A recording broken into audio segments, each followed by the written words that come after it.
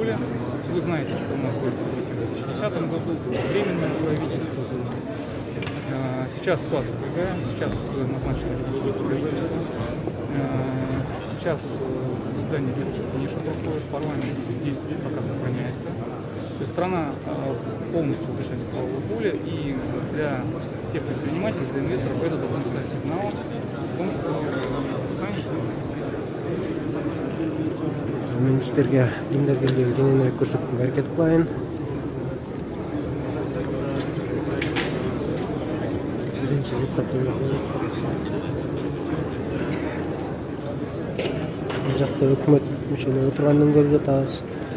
Борбордық шайлау комиссиясының төрайымы Нұржан Шайылдабекова.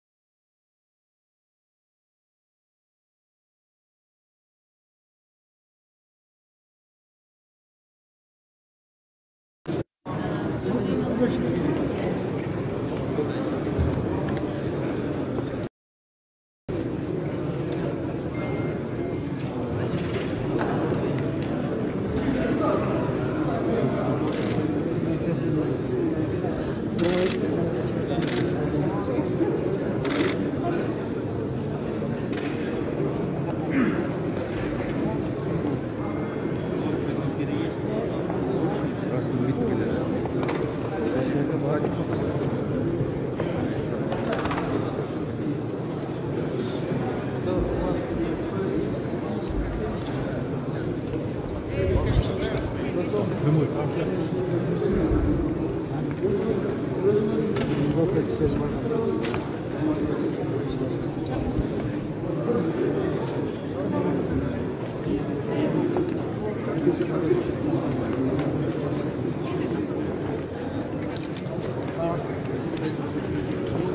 Один.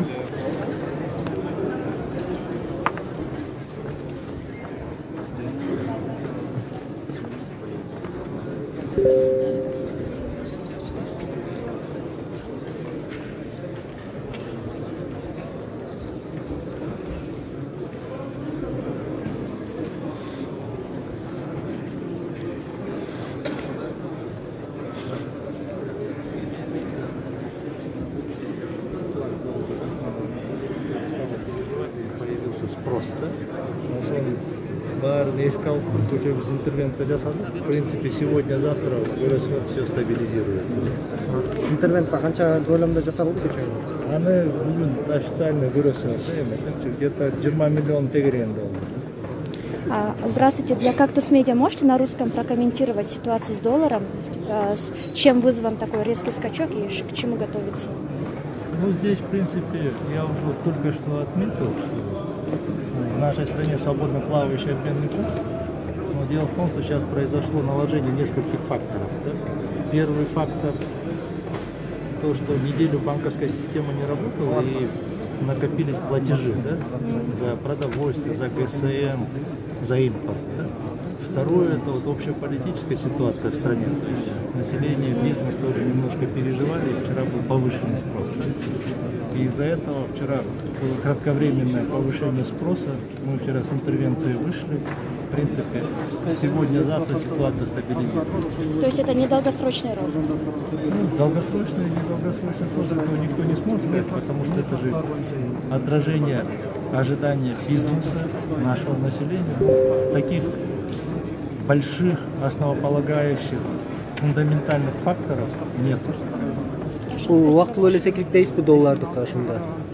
Мен уже жооп бербедим. Бизде эркин калкында жүрөт да. Биздин резервтерибиз бүгүнкү күндө 3 миллиарддан ашык да. Тиги интервенция болду дедиңиз, ошол канча көлөмдө болду? 20 миллион тегеренде болду да. Бул кече күнү, Кече күнү.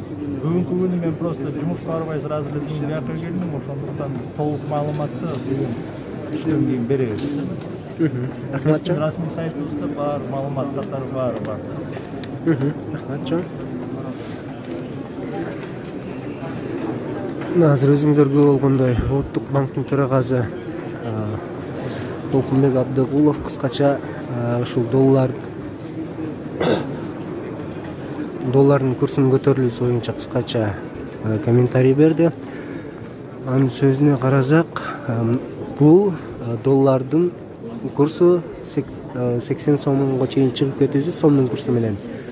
Бул убактылуу гана кандайдыр бир мындай убактылуу гана көрүнүш деп сыпаттады. Ошону менен катар ошол доллардын курсу көтөрүлөрү менен кече күнү 20 миллион мына ушул доллардын курсун кармоо үчүн Улуттук банк мына ушул 20 миллион доллар бөлгөндүгүн баягы акча айлантуу Кыргызстандагы акча айлантуу талаасына 20 миллион доллар чыгаргандыгын айтты.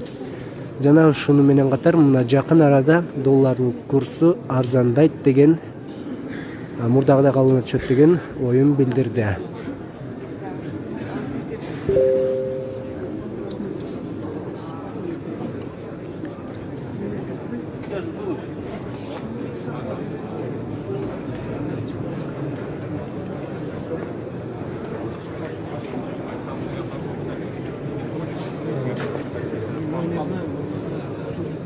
Описал, по-моему, какие доводы еще следователь, Франции, это доводы следователя, прямых, обоснованные решения.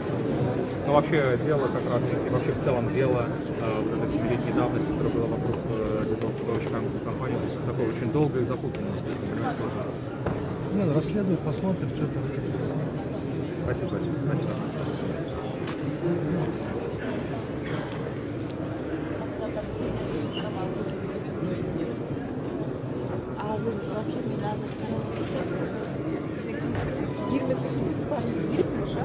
Муж. Она говорит, ушел лучше, его встречали.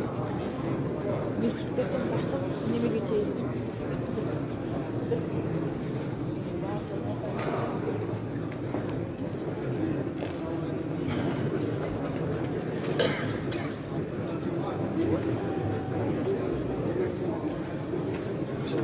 Несколько раз, ну,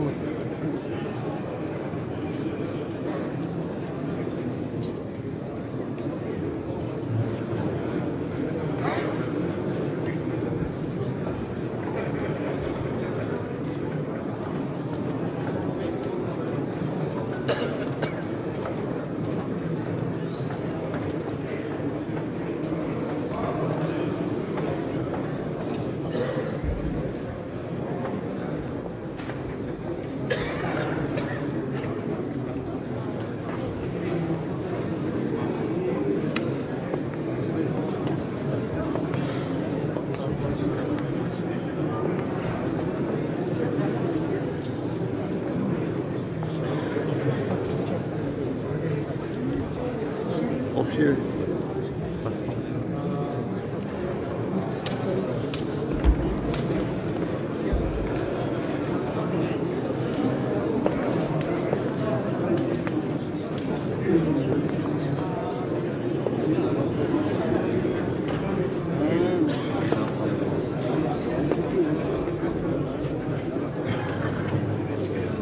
Шайлоого барыш керек деген ойын айтып қалғанда, егерде президент ошол ойго макул болуп чыкканда, мындай башаламандык болуп, мындай президент отставкасын элдер сурамакпыз. Мен ушундай деп өзүмдүн оюмду айтып атам. Негизи чыгып эле койгондо Две переписки возьму.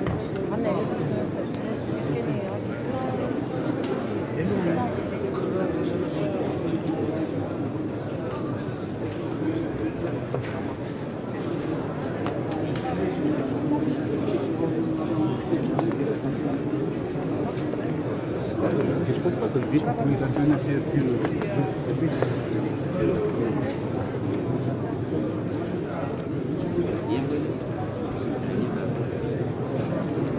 Этот парламент худо-бедно, но в условиях кризиса выполняет функцию легитимизировать временное правительство. То, что мы создали, по сути, оно временно дано парламентке. Жолдыбек мырза, азыр президенттин отставкасын жогорку кеңеш азыркы өзгөчө азыр кабыл албай коюуга укугу барбы? Жоқ. Президент отставкаға кетті, аланың жеке чечими, аны жогорку кеңеш артка кайтара алат. Аны эске гана алабыз. Как вы считаете, президентские и парламентские выборы должны одновременно пройти? Ну да, и сложная ситуация нас подталкивает к этому. Отсутствие бюджета денег подталкивает к этому. И закон позволяет нам провести такие выборы. Вы будете выдвигать свою кандидатуру на пост президента? Нет. Не будете? Скорее всего, нет. Спасибо большое.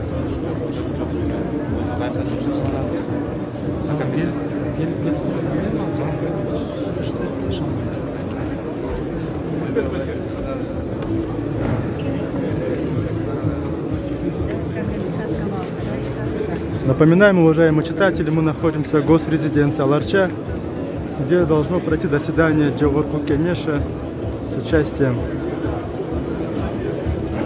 аппарата правительства. На месте новый состав правительства Кыргызской республики, предложенный и утвержденный президентом. На повестке дня 3 вопроса, включая вопрос рассмотрения отставки президента Сооронбая Жээнбекова, принятие присяги депутатам от фракции Атамекен Умурбеком Текебаевым, а также рассмотрение кандидатуры на пост исполняющего обязанности президента Садыра Джапарова.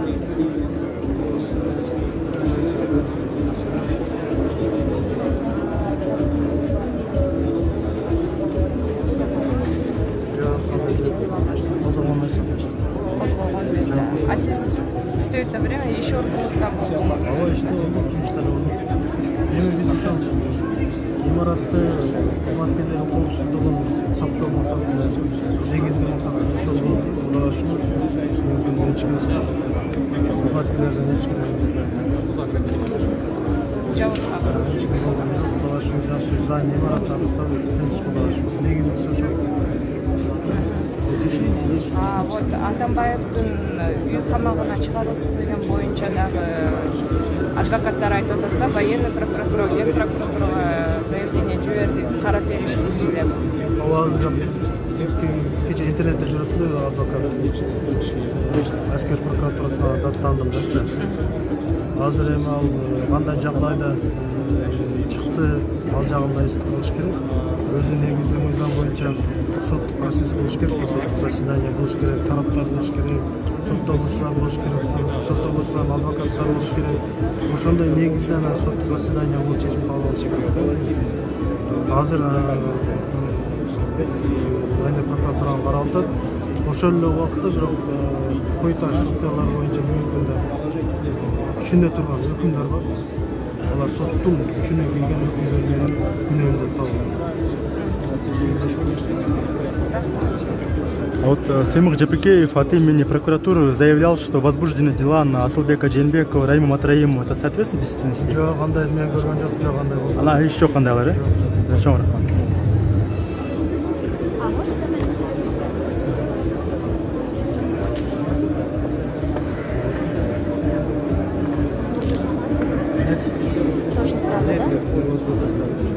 А будут ли возбуждены какие-то дела вот по фактам беспорядков, которые были вот в последние дни?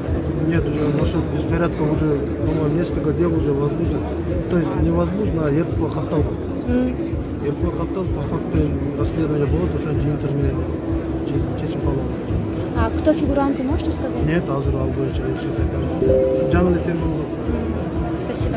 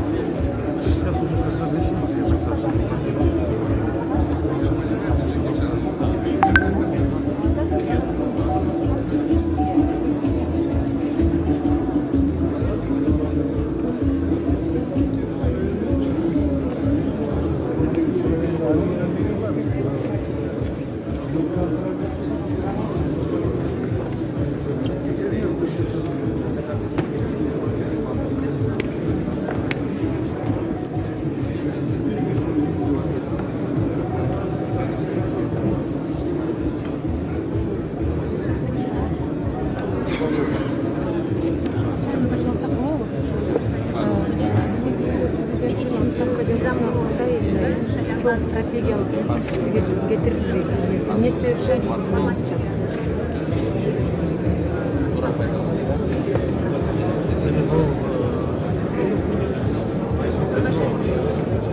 Komşulukta fikirden alıyor. Komşuluk doğumattan eski alıyor. Anan şu kırdan suçu bitmesinde bugün sizden Ne sebep oldu? Buna şayloncu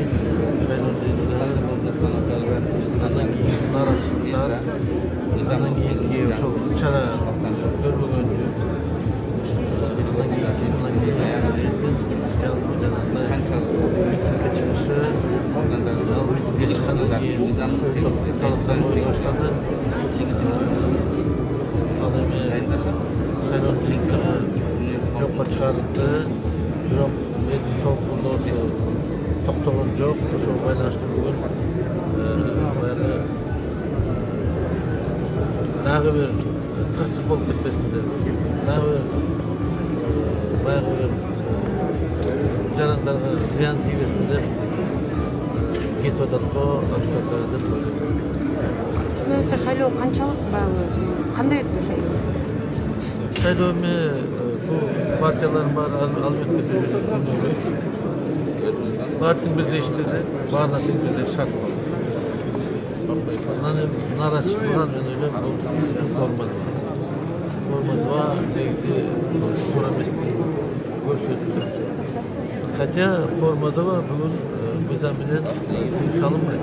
Bizden de yazmalar. Bizden bir şey yapmayız. Bir oğlum aşağı çarp ettik de. Buna şu önce değil içinde. Şu sebep oldu. Şu annemi administratif resursdagi birlikçi partiyalar vardı. Qaysi biri olmasın, bütçede albatta bayağı üstün kazanlar var. Biroq men o'ylayman, Qirg'izistondan da bo'lmoq mumkin emas ekanini daha önce olmuş şayloo tasdiqlandi. Саша Шукович, секундочку. Отставкаga ketishini qo'llaysiz? Можно, пожалуйста, коротко, да, Урусча? Как вы, Саша Шукович, оцениваете этот шаг президента? Очень неожиданно произошло. Я думаю, что в первую очередь принял во внимание Спасибо. Коллеги, время. ту политическую ситуацию, которая сегодня у нас существует. Поэтому я думаю, что это правильное решение. Все, Рахмат. Все, Рахмат. Назыр жыйынды ачып жатканын көрүүбүз.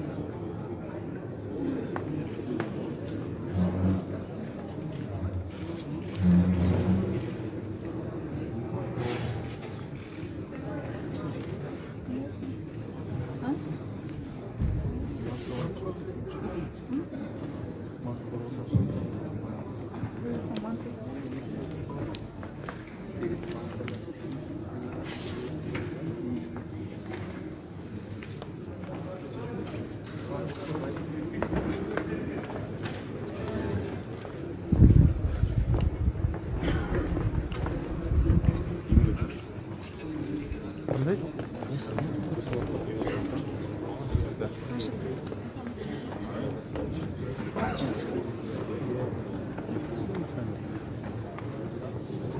Что ему будет больше?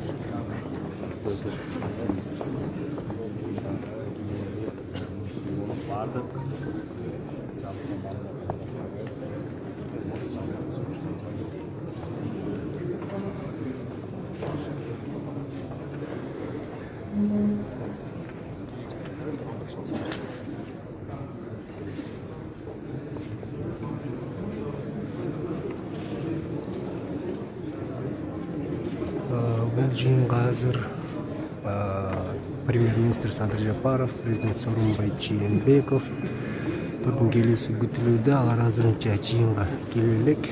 Ошого байланыштуу азыр журналисттер мына ушул негизги эшикте аталган адамдардын келип кирүүсүн күтүүдө.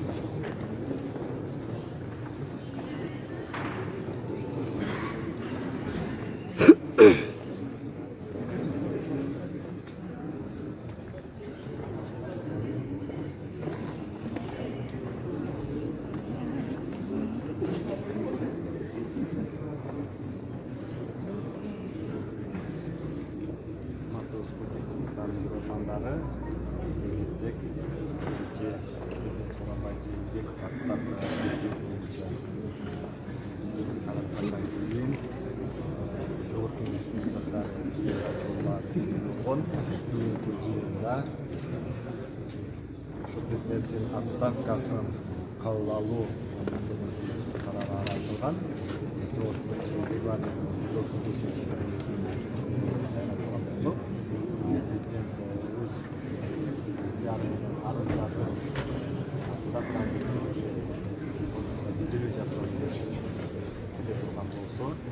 Аны жогорку кеңеш эске алыш керек. Президенттин арызын протоколго бекитип, жол жоболоштурушу керек деп жазылган.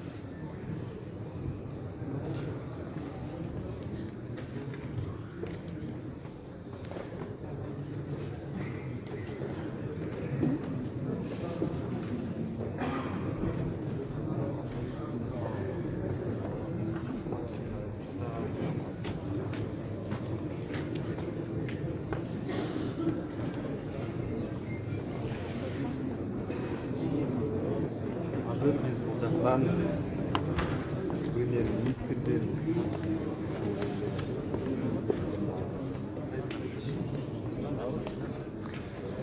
Урматтуу репортер KG порталынын көрөрмандары, белгилесек биз азыр мына ушул мамлекеттик аларча резиденциясында Жогорку Кеңештин кезекчисине келдик.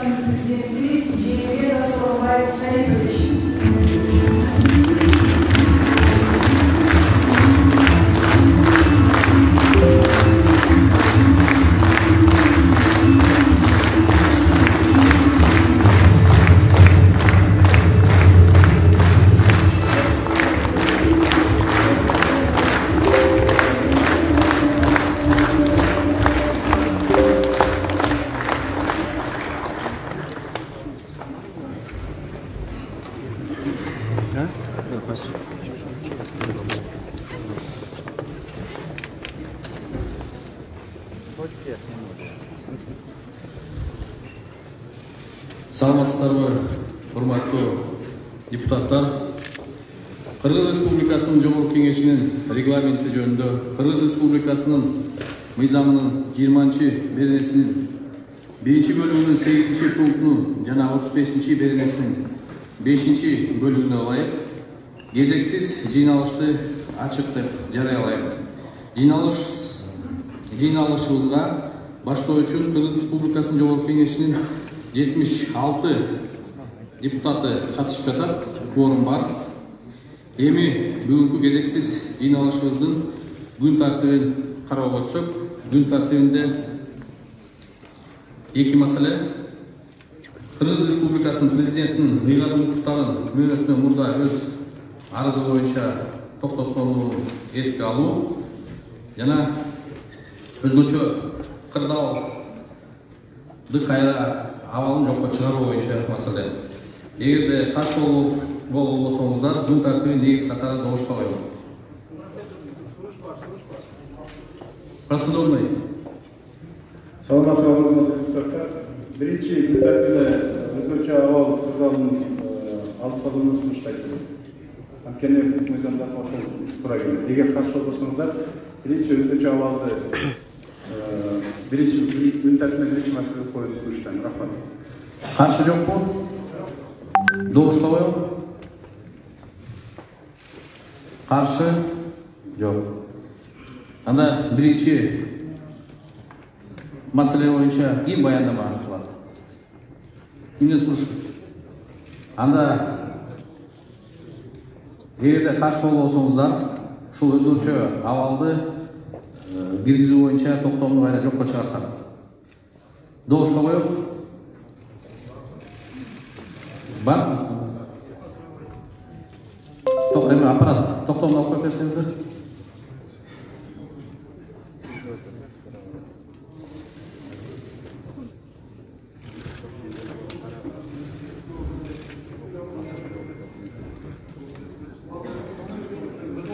Кете берели.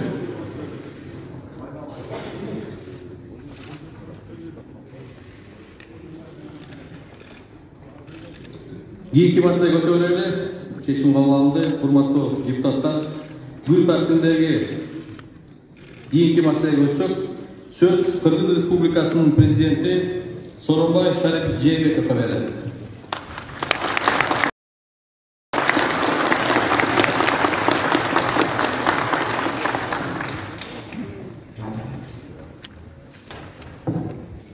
Урматтуу мекендештерим, урматтуу депутаттар, мына президентке шайланганыма кечээ 3 жыл болду. Кудайдын буйругу менен элдин колдошуна таянып, мамлекеттик бийликтин баардык депутаттары менен биргеликте ички жана тышкы саясатта бир топ иштерди аткардык. 2017 жылы президент аттанганда берген элге борборунду аткаруу ушул 3 жылдык эмгегимдин көзөмүн түздү. Президенттик мөөнөтүнүн алгачкы жылын тышкы саясатты жолго коюуга жумшадым. Бул көзгө көрүнбөгөн бирок көп убакытты жана күч аракет талап кылган күчүктүү иш болду. Тышкы саясатты улуттук кызыкчылыктарыбызга толук жооп бербей жүргүздүк. Мамиле соңунда калган мамлекеттерге өнөктөштүгүбүздү бекемдедик. Өлкөнү санаатташтыруу, калкты тызашууну камсыздоо, жаңы жерлерди өстүрүү, калкты турак жай менен камсыз кылуу — бул менин президент ишимдин негизги багыттары болду. Ички миграцияны токтотуу максатында аймактарды өнүктүрүү саясатында өзгөчө басым жасадым.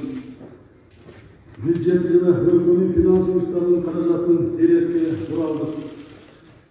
Өлкөнүн экспорттук потенциалын көтөрүү максатында аймактардагы ишкерлер өзгөчө кайраштеттик тармагы сезимдерди камсыздык колдоо алышты. Соттук укук реформасын орнотулду, коррупция каршы күрөш жүрдү. Көп жылдар бою талакка түшүп келген коопсуз шаар долбоорун орнотулду. Патрулдук милиция өлкөгө иш баштап ош шаарында даярдалды.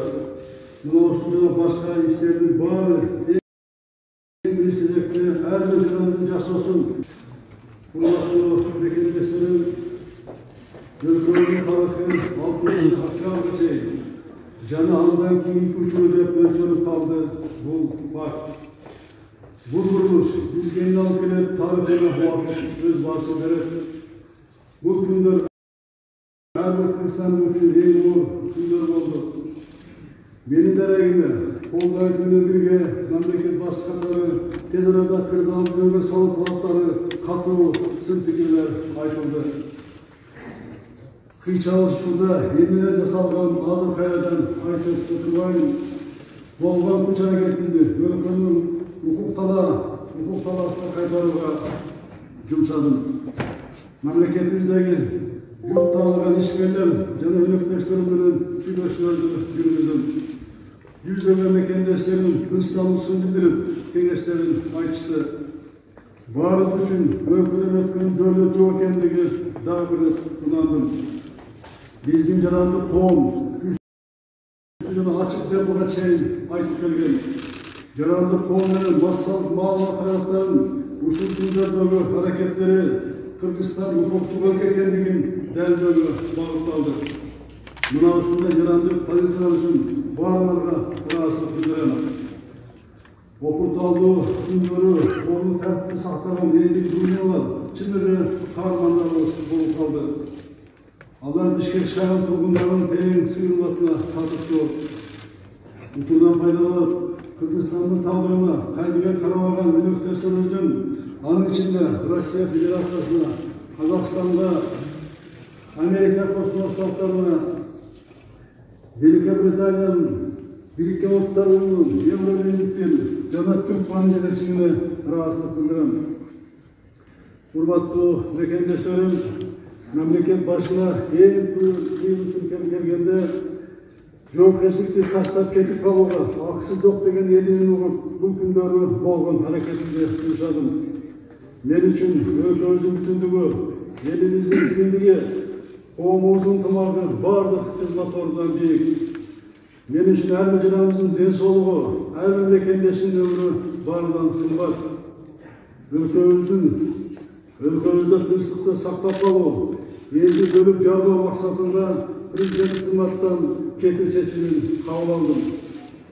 Албетте, бул чечим коомчу тарабынан ар кандай кабыл алынууда.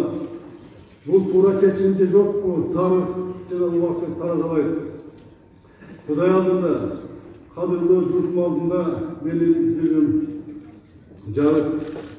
Ушул кызматты жеткенге чейинки топтогон тажрыйбамды мындан ары да элим үчүн колдон келишинче жумшайм.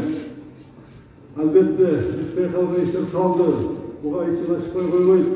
Аткарылуучудагы милдеттер көп эле. Ар бир президенттин чоң кыялы максаты болот экен.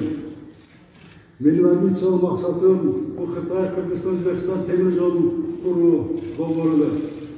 Бул долбоор боюнча жогорку деңгээлдеги сүйлөшүүлөр болуп, саясий чечим кабыл алынган. Ушуга тиешелүү өлкө баштары менен сүйлөшүп, билишти баштаганбыз. Эксперттер ишке киришип, маселе ордуна жыйылган. Билесиздер, бул долбоор Кыргызстан үчүн, биздин келечек үчүн аба менен суудай керек. Бийликке келаткан азаматтарга ушул ишти маалыматын калтырып, кетип жаткан Кудайдын колдоосу менен ушул долбоорду ишке ашырышын терең ийгилик каалайм. Урматтуу мекендештерим, иш болгон жерде кемчилик болду. Ал үчүн кадырман эл эмчилдерден кечирим сурайм. Ар бир мекендешиме ден соолугуна бакыт каалайт элек. Ар үйдө жакшылыктар көп болсун. 3 жылдын ичинде мага ченим көрсөтүп келген мекендештериме, чоң иштешкен бардык бийлик бутактарына, мамлекеттик жана жергиликтүү органдарга, өзүмдүн аппаратыма, жарандык коомума жана медиа тармагына терең ыраазычылыгымды билдирем.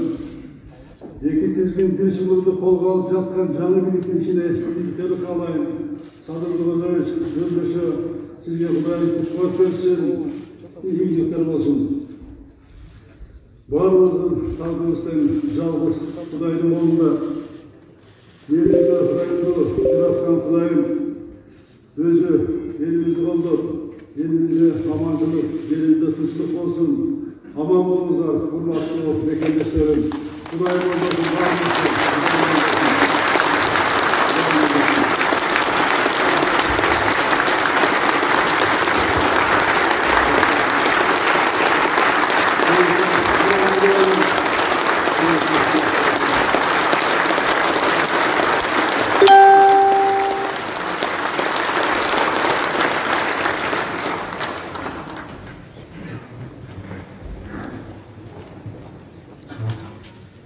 Урматтуу депутаттар, Кыргыз Республикасынын Конституциясынын 68 статьясынын 1-бөлүгүнө ылайык президент өз ыйгарым укуктарын мөөнөтүнөн мурда токтоткон учурда жаңы президент шайланганга чейин анын ыйгарым укуктарын Жогорку Кеңештин төрагасы аткарат.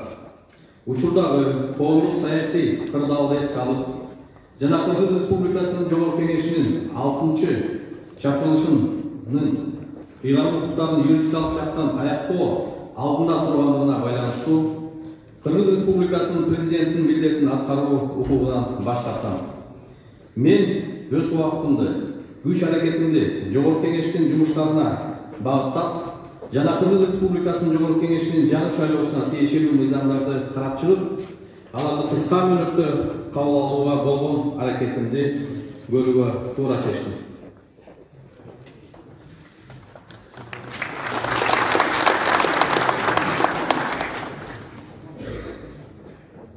Сөз Кыргыз Республикасынын премьер-министри, мындан ары президенттин милдетин аткара турган Садыр Нуркожоевич Жапаровичке берилет.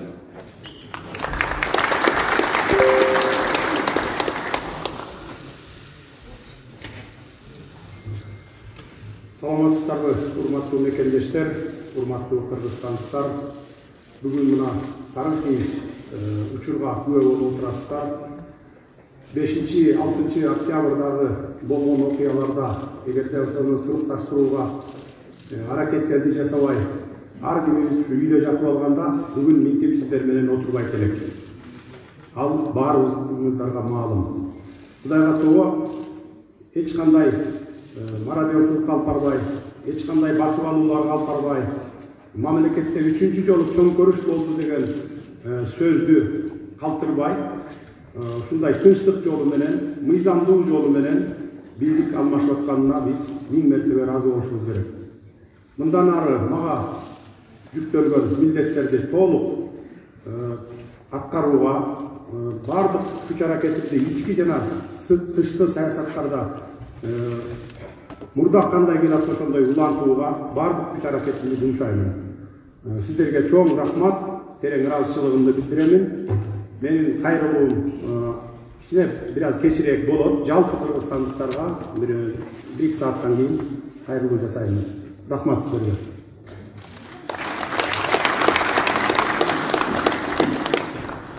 Рахмат.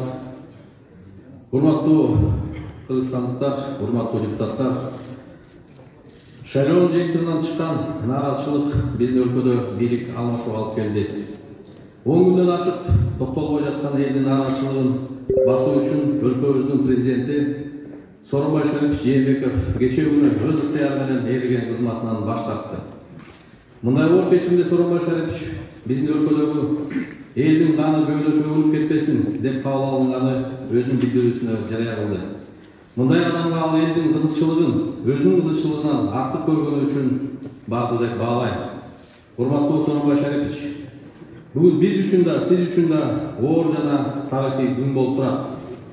Себеби жашообузду дайыма тарыхка айланчу убакыт, батыл ак менен караны ордуна коюп, баарыбыз көрүп жүрөбүз. Тарых жана элибиз буга өз баасын берет. Бирок биз Сооронбай Жээнбеков элдин эсинде жараткан президент катары кабыл алат деп ишенимдүү айта алабыз.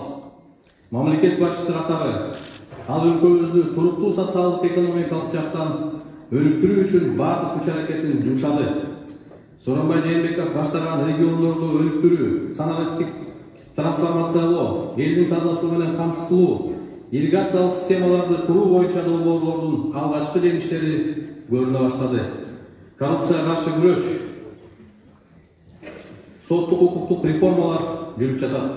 Өлкөбүздүн экспорттук потенциалын көтөрүүгө багытталган салык реформасы орун алды.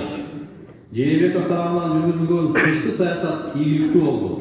Коңшу мамлекеттер менен болгон мамилебиз бир кыйла жакшырды. Өлкөбүздү, элибизди канга боебой, кызматтан өз ыктыяры менен баш тарткан эске алып, биздин мыйзамда экс өлкө башчылары үчүн каралган кепилдиктер Сооронбай Шариповичке кыйгалыкса туура болот деп эсептейм. Себеби бийликке нааразы болгон эл президентти кетсин деп көчөдө талап коюп жатканда, биздин мурдагы президенттерибиздей болбой, Сооронбай Шарипович өз өлкөсүнөн элден качып кеткен жок. Ал өлкөдөн качпагандыктан президенттин бийлиги легитимдүүлүгүн жоготкой. Бизде толук кандуу парламент, мыйзам толук кандуу жооптуу өкмөт иштеп, мамлекетибиз тез эле укуктук мукка кайра толук кандуу бурулду. Урматтуу мекендештер, Сооронбай Шарипович Жээнбеков бүгүн президенттик кызматтан чоң кадыр менен башын бийик көтөрүп кетүүдө. Өлкөбүз үчүн абдан оор күндөрдө ал биздин жарандарды ара жолго таштап кетпей, түзүлгөн саясий кризисти чечип, бардыгын укуктук жолго салды. Сооронбай Шариповичке сабырдуулугу, жогорку жарандык позициясы жана даанышмандыгы үчүн сиздердин атыңыздардан терең ыраазычылык билдирем.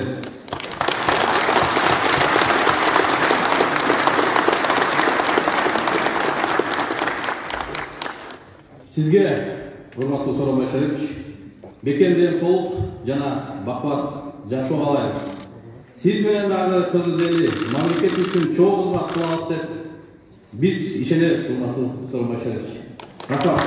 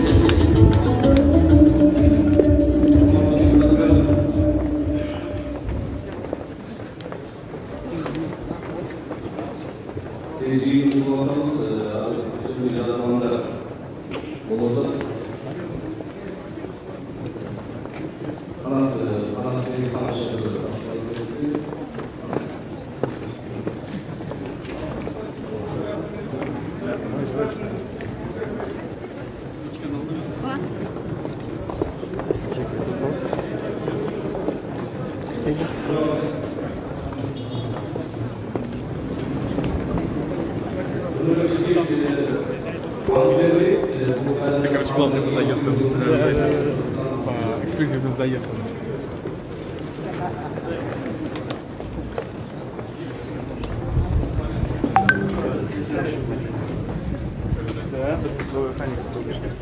Да, это уже посерьезнее, да, это уже не то, что...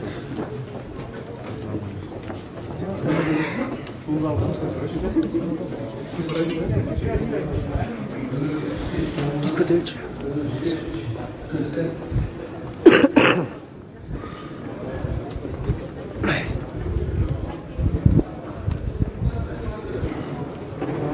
Ошол боюнча өз оюн айтып берген. Бизден ата санкциялардан чыгыш.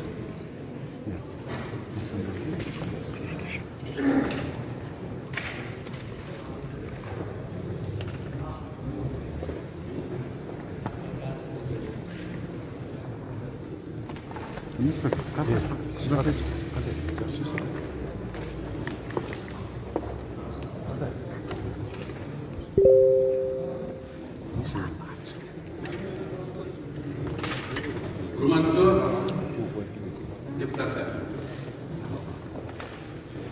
2005 жылы президент Аскар Акаевдин аралык келишүүсү мен парламенттик делегацияны баштап Москвага бардым. Жаш депутат Садыр Жапаров да ошол делегациянын мүчөсү. Москвадагы Кыргыз элчилигинин имаратында Аскар Акаев болду. Ошондо Аскар Акаевдин кол алдында көптөгөн жылдар иштеп турган адамдар Акаев намына кагаз таштап, арызымды жаргатышар деп талап кылышты. Аскар Акаев башы көтөрүп бизди карап, мага мындай мамиле кылгандай, мен колхоздун кампачысы эмесмин. Мен суверендүү мамлекеттин президентимин.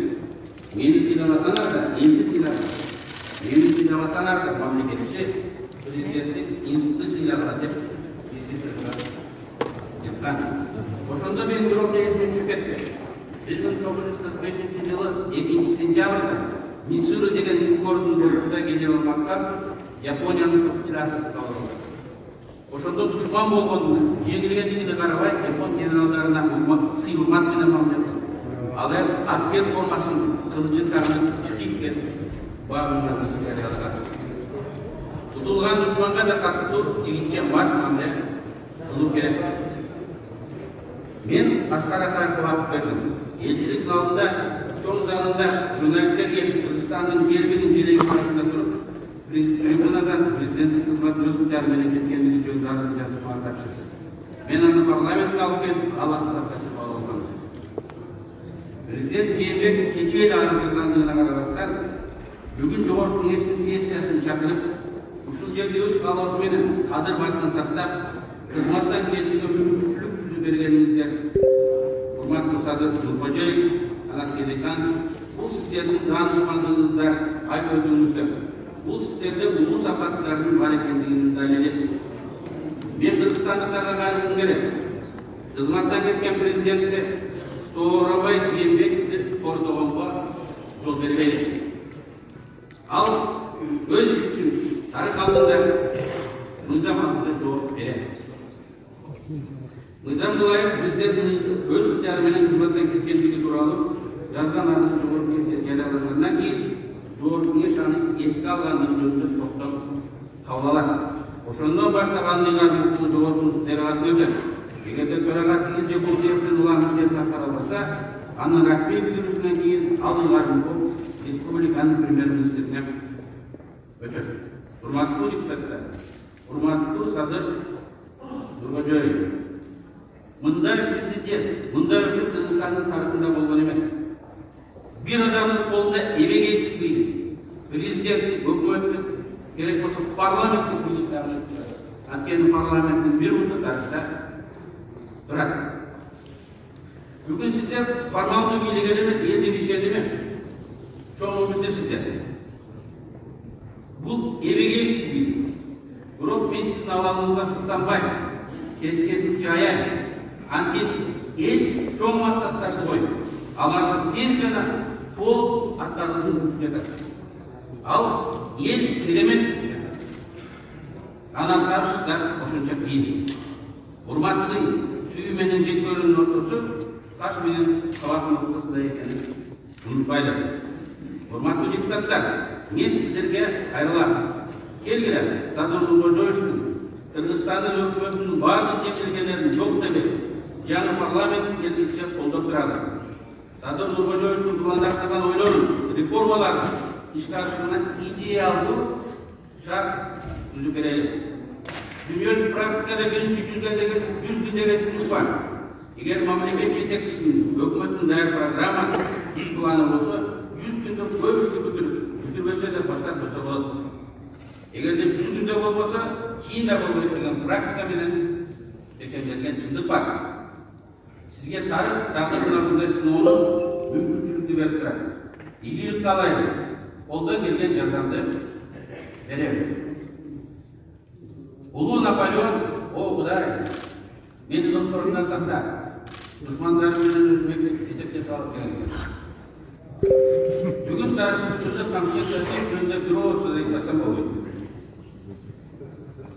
Камчет Кадыршаев досын түрмөдөн гана бошотпостон, аны саясий олимпиктин чокусун алып чыкканга чоң салып баштады.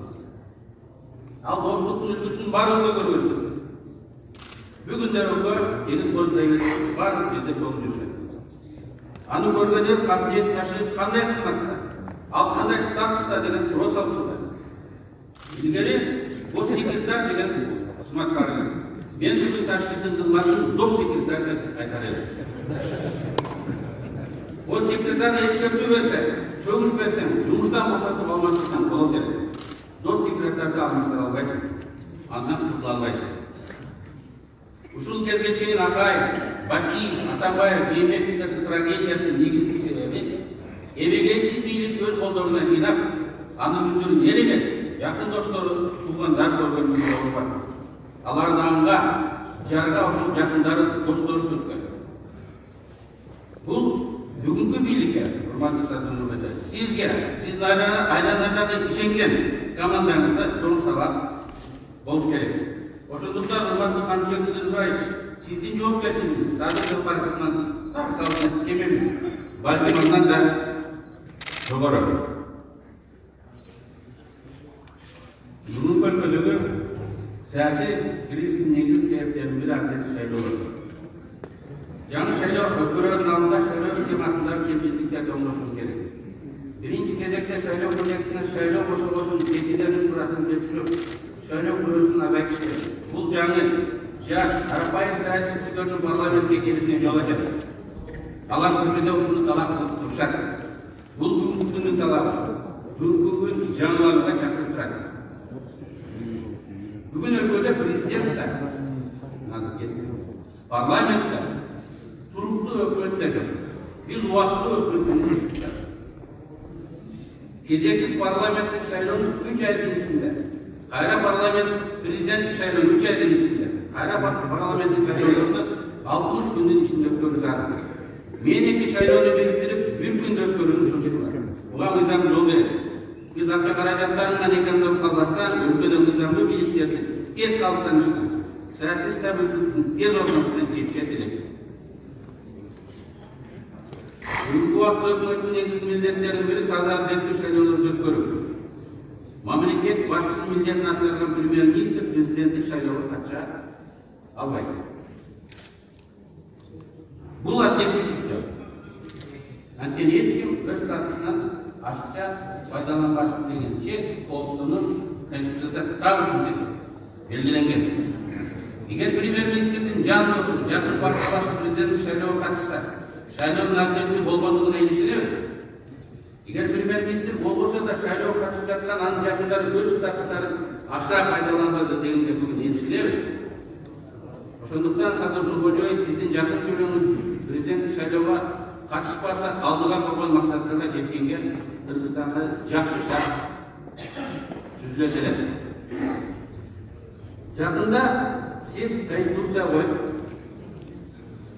колуңузду койгон бересиз. Конституцияны Кыргызстандын мыйзамдарын так сактайлы. Бол көрбөгөн президент биздин 5 комушубуз ортада өткөн. Бизге кайрылып Кыргызда тынчсыз болушун конституцияга сакталган. Мыйзамда көрсөтүлгөн тартипте бийлик органдарын калыптандырылат. Бүгүн Евросоюз айтты. Мен муну менен эмне айткым келет? Шайлоонун өтүүнүн мөөнөтү, шайлоо өтүүнүн тартиби конституцияда мыйзамдарда көрсөтүлгөн мөөнөттө болуш керек. Эгер башкача өзгөрүүлөр болсо, бул стабилдиктин орношуна шарт түзбөйт. Урматтуу Садыр Нуркожоевич, сиз биздин өлкөгө гана эмес, бүтүндөй дүйнө чайпалып турган маалда мамлекет башына келип, коодоо жоопкерчиликти жана тарыхый миссияны өзүңүзгө алып жатасыз. Ушул тапта эл аралык коомчулук, жакын комушулар Кыргызстан бул кризистен кантип чыгат деп карап турат. Буга чейинки тарыхыбыз көрсөткөндөй, биз бул иретте мындай сынадан ийгиликтүү өтөбүз. Элдин ынтымагы өлкөбүздүн бүтүндүгү болсун. Урматтуу депутаттар, жаңы убакытта өкмөт Кыргызстан тарыхында эң татаал кырдаалда өз ишин баштап отурат. Келгиле, чын жүрөктөн аларга бата берип, ишибиз ийгиликтүү болсун деп тилейли. Рахмат.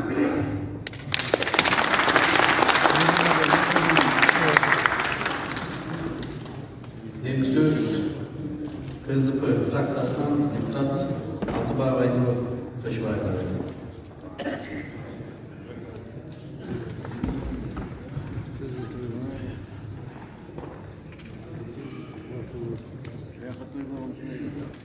Урматтуу депутаттар, урматтуу Садыр Нуркожоевич, урматтуу төрагай,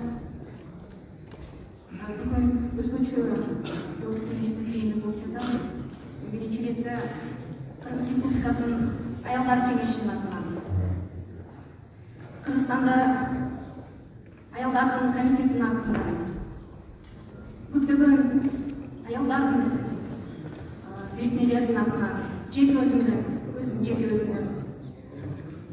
урматтуу Сооронбашевичке чоң ыраазычылык билдире келем.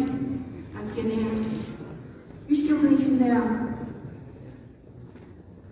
биз энелер, балдар, караялар көптөгөн социалдык багыттагы проекттерди ишке ашууда көрдүк.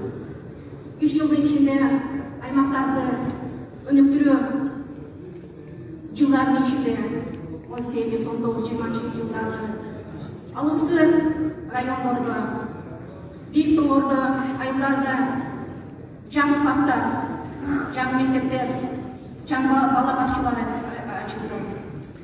2 жыл 19-20 сценарий проектінің алқағында көптөгөн теневой экономиканы чыгарууга аракеттер болду, көптөгөн долбоорлор ишке ашты. Казанда келесі болсо чөмүчкө чыгат деген социалдык багыттагы долбоорлорду Сооронбай Шарипович саясий менен колдоп берди.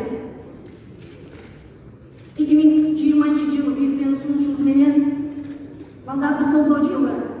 Мына биз көптөгөн мигранттардын балдарына багытталган аскамсыз үйлөрдө балдар үчүн көптөгөн мыйзамдарды даярдадык. Сооронбай Шарипович колдоп берем деп убадасын берди. Республикалык бюджеттен эбегейсиз чоң акчалар керек болгон үчүн колдоп берем, архив колдоп берем деп айтты. Биз энелер, аялдар 26 жылдын ичинде бир жаңы мыйзамды Сооронбай Шарипович колдоп берди. Бул ар бир бирөөгө сүйүнчү бул. Кыргыз мамлекетинде балдар таралса, бул жалпы мамлекет үчүн чоң майрам концепциясы менен. Көптөгөн аз камсыз болгон балдар үчүн пособие, пенсияларды берилди. Өзгөчө 5 жылдан бери ичинде аймактардын өнүгүү жылдардын алкагында бир абдан маанилүү мыйзам өттү. Бул айылдык кеңештерге 30% аялдар үчүн квота. Мына азыр региондордо, мен ойлойм, региондордо өнүгөн анткени аялдар депутат катары көптөгөн социалдык маселелерди чечкенге аракет кылышат. Биз ыраазыбыз, аялдар Сооронбай Шариповичке чоң ыраазычылыкты билдиребиз. Сооронбай Шарипович менимче кылган иштери бир убакыт өткөндөн кийин билинет. Орусча айтканда большое видится издалека. Системдүү иштерди баштаган.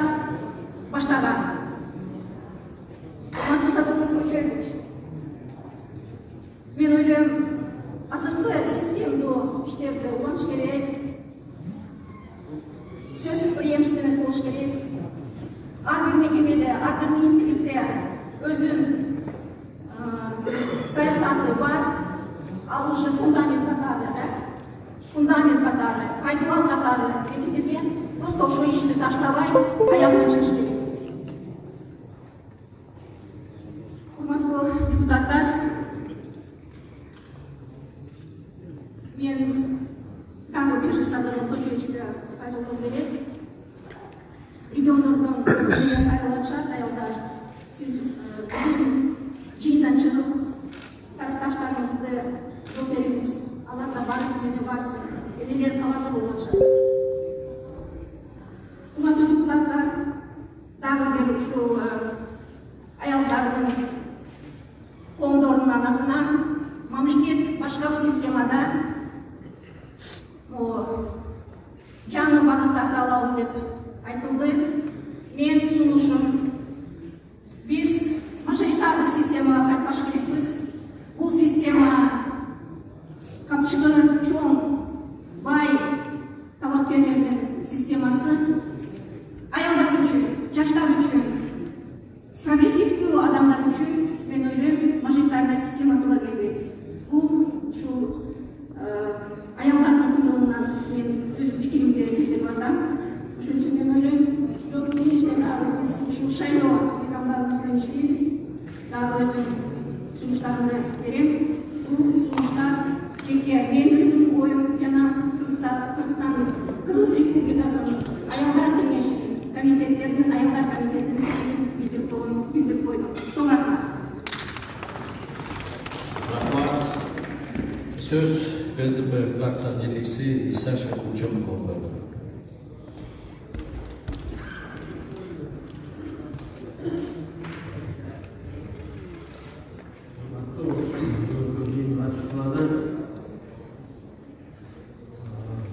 Ушул заңда отурган көбүңүздөр Söylenip kalandan beri bir top okuyalarga, yaxşı neslerge öğü oldu edek. Bugün da şu zalda bir bizden memleketke olgan özgöçö bir okuyanda görüş olup jatırmız. Bugün Prezidentimiz Sooronbay Şeripovich öz ihtiyarı menen atstapkaga ketti. Ben oylayım.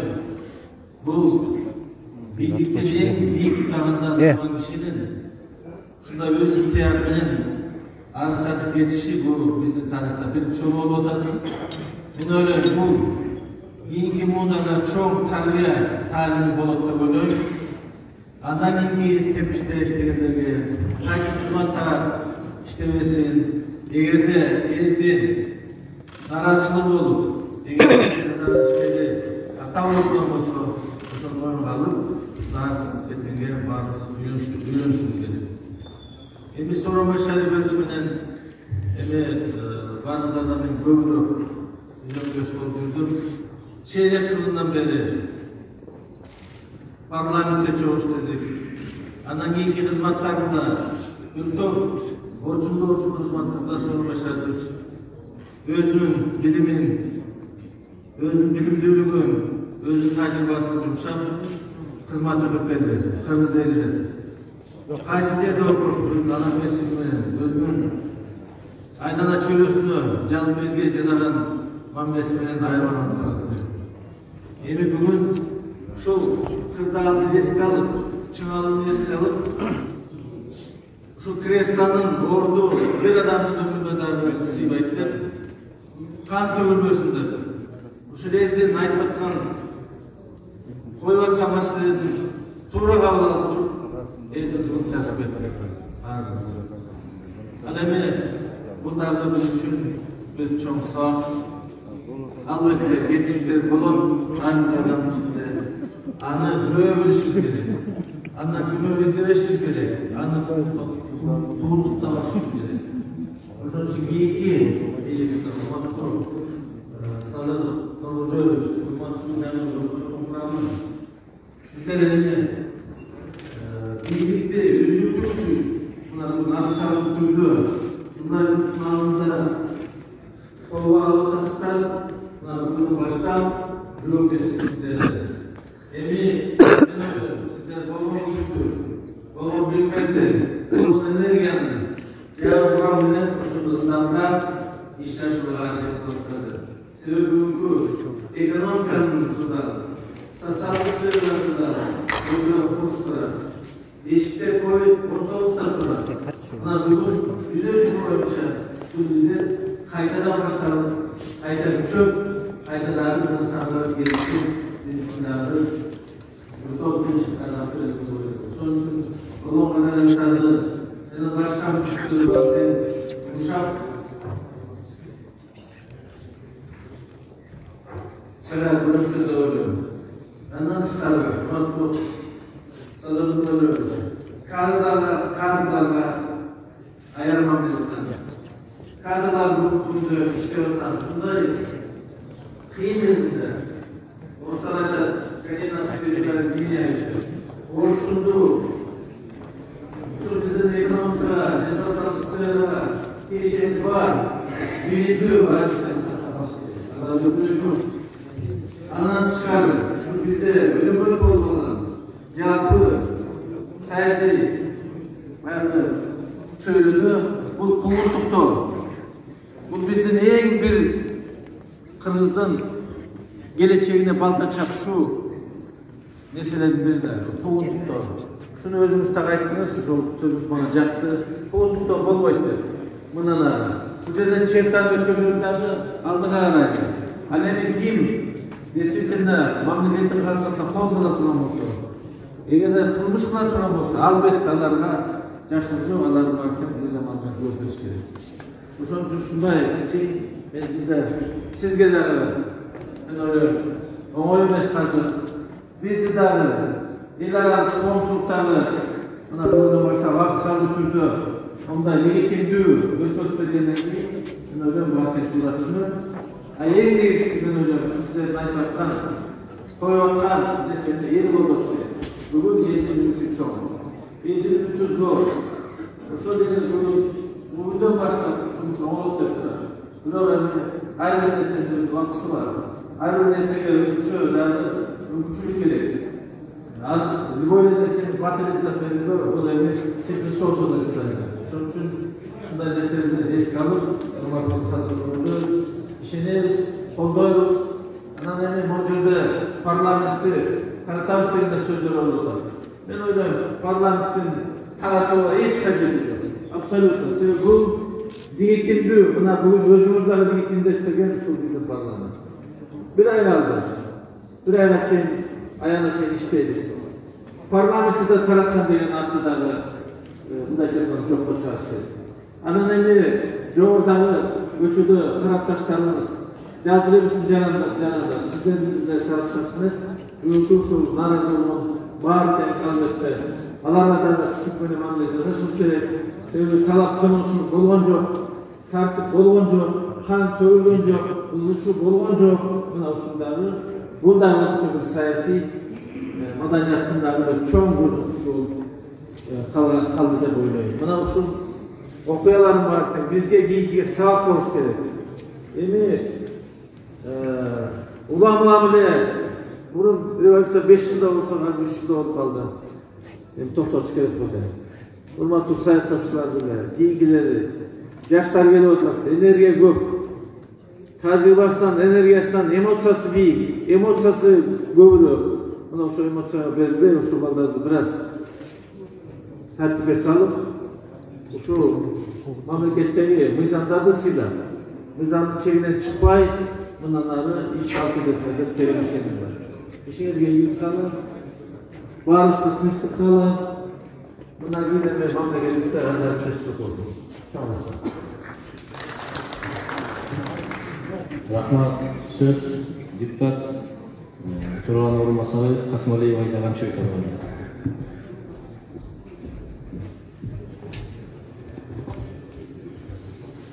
Урматтуу Сооронбай Шарипович, урматтуу кыргызстандыктар, ушул күндөрү тар жазылууда ар бир кабыл алынган чечимди кайра кайтарып алса болбойт. Ал чечимдер кандай жыйынтык алып келерин биз кийин көрөбүз. Сооронбай Шарипович, бүгүн калың эл сиздин кадырыңыздын 100 эселеп өсүшүн, кетишиңизге кайгырып турат. Эмтеден эле сизди сагына баштады. Баары көрүп, бардыгын билип турушат. Кадырыңыз чыныгы калың журттун жүрөгүндө экен. Атайлап жасалган кара пиар сизге жукпаптыр. Эл сыйлап, бул кадамыңызды алкоого алган учур. Мындай кадам чыныгы элин сүйгөн, жерин сүйгөн адамдын колунан гана келет. Мүмкүн сиздин душмандарыңыз бүгүн кубанып, эртең эл сыяктуу кайгырышар. Аны мезгил өз ордуна коет. Айкөлдүгүңүздү, чыдамкайлыгыңызды, ар кандай сынды көтөргөнүңүздү, чыныгы президент, государственник мүнөзгө ээ сапаттагы адам экениңизди баса белгилегим келет. Башкалар башкача ойлонгондур, бирок жараткан оң жолдо жүргөн инсандын жолун кандай гана каралуу, тоскоолдук жаратпасын, баардык кыйынчылыктан өзү сактайт. Буга бул күндөр күбө. Сиз чыныгы элдин даанышманы болдуңуз. Байлык, бийлик, мансап колдун кире экенин, биринчи адамдык сапатыңыз бийик экенине калың эл баа берип турат. Мен президент болордо бир топтун же бир адамдын кызыкчылыгын коргойм деп убада берген эмесмин. Мен кыргыз элинин кызыкчылыгын коргойм деп сөз бергем. Бир адам үчүн саткын аталууга ыраазымын. Элдин кызыкчылыгын саткын болуудан Кудай мени сактасын деген сөздөрүңүзгө бет болдуңуз. Сөзүмдүн аягында бардык тараптарга жана урматтуу премьер-министр Садыр Нуркожоевичке, урматтуу депутаттар, жогорку кеңешке кайрылгым келет. Нашим основным принципом, главной задачей должно стать достижение максимального общенационального консенсуса. Мы все вместе должны принять в ближайшие дни решения, которые будут отвечать интересам нашего единого народа Кыргызстана. Они не должны ущемлять ничьи интересы. Именно достижение общенационального согласия соответствует задачам, стоящим перед государством. Главная наша задача на сегодняшний день – это сохранение мира, законности и общественного согласия. Өлкөдөн өткөн дөөлөт жок. Рахмат. жыйынтыктоочу сөз Осмонова Айнуру Шермаматовага берилет.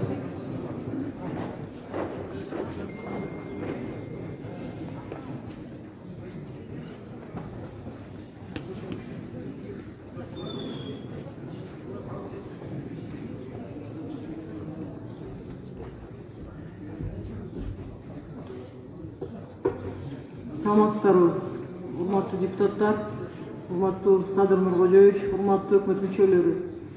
Мына 3 күндөн бери 6-сынан баштап өлкөдө абдан ар түрдүү нерселер болду. Биринчи сизге кайрылып элем, Садыр Нуркожоевич, тарапташтарыңызды эшиктен мына туруп аткандарды тындырыңыз. Эл карап турат, эл энелер, апалар баары мындай коркунуч нерсени карап турушат азыр. Алардын баарын таратпасаңыз, эл тынччылыкты каалап атат. Урматтуу Сооронбай Шариповичке ушунча чыдап мына тынчтык менен кеткенине дагы чоң ыраазычылык билдирем. Ал кишинин адамгерчилигин, ал кишинин жасаган иштерин дагы баалай билишибиз керек. Урматтуу Садыр Нуркожоевич, туура жолду тандап, эч кимди куугунтукка албай, таза иштеп бериңиз, артты карабай, айкөл болуп, келечекке умтулуңуз, экономиканы көтөрүп, элдин жашоосун оңдогонго аракет кылыңыз. Ийгилик каалайм, кыргыз элине тынччылык каалайм. Рахмат көңүлдүү кылыңыздарга. Урматтуу депутаттар, дагы депутаттар жазып атат, ушул 2 депутаттан кийин чектөө койсок. Азыр. Кожоев Христович. Кожоев Чечебекович, 1 мүнөт.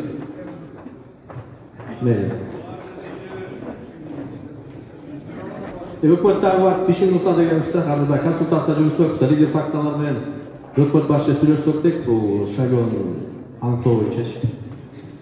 Урматтуу мекендештер, урматтуу депутаттар, биз түшүнүп турабыз, бүгүн кырдаалоо, өкмөт иштеш керек, Садыр Нуркожоев иштеш керек. Бирок ушул учурда биз калыс сүйлөшүбүз керек да. Коомчулук карап турат. Мен Сооронбай Шариповичтин жакшы инсан экенин, ыймандуу адам экенин танбайм. Бирок как президент өзүнүн берген антын аткара албагандыктан ушул көйгөй чыгып атат. Элдин ичи чыккан жок. Элдин ичи чыккан жок.